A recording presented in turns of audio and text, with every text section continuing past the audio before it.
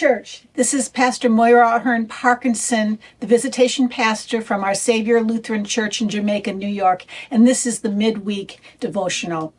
We are in the midst of Advent, a time of waiting, preparation, reflection as we count down the days to Christmas and the birth of the Christ child. There's so many things that we do during this time of Advent, and one of my favorite things that I find really insightful is looking at many of the myths, the legends, the stories around Christmas. For example, if there's legends of the poinsettia, or legends of the Christmas tree, or legends of the candy cane. So many legends. What I want to share with you my favorite legend, and that is about the legend of Saint Nicholas, Saint Nick, who not because he is the origin of Santa Claus, but for other reasons, about which I will share with you.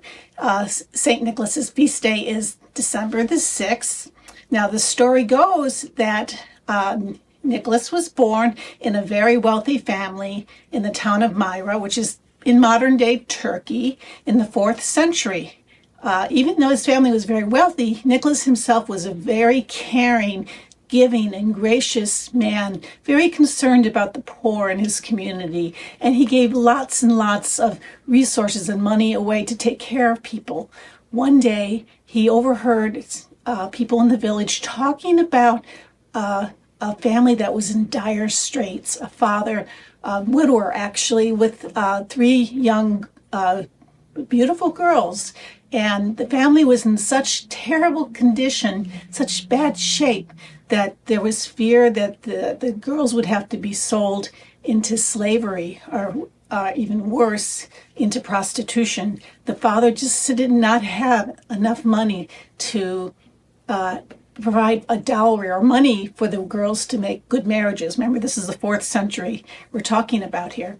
So Bishop Nicholas, by this point, had an idea that he wanted to help this father, but he knew if he went to him directly, he wouldn't he'd be too proud. He wouldn't want to accept charity. So what did he do? But one night, he took 3 bags of gold and in the middle of the night, dropped them down the chimney of the family's house. And they landed in the stockings of the daughters whose stockings were hanging by the fire, drying themselves. And lo and behold, in the morning, when the family awoke and discovered these purses of gold, they were stunned and overjoyed. The family would not only have resources now to live, but the father had enough money to pay the dowries and arrange good marriages for his daughters and ensure that they had a good life.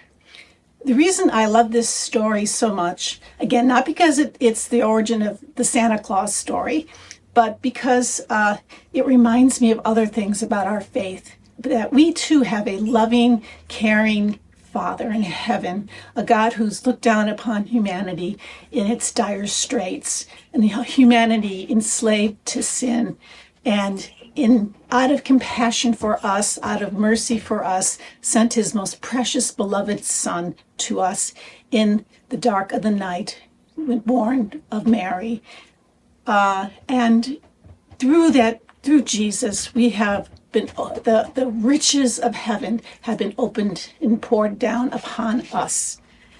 The other reason why this story is so poignant for me, it reminds me that even though we're in a season where we tend to overindulge perhaps, or we tend to think of ourselves and what we want, the story of St. Nicholas reminds us to always be on the lookout how to help somebody else, how to care for somebody, how to meet somebody else's needs. Now, I hope that you too will be inspired by the story of St. Nicholas in this Advent time, or some other stories, in fact, or other legends that are out there, but most importantly, by the story of Jesus's birth that are contained in the Gospels of Matthew and Luke. Read these stories during this Advent time and be inspired. Be inspired to give, to help, to wait, and to hope. And I wish you a blessed Advent, and I wish you a wonderful, healthy safe, blessed, and holy Merry Christmas.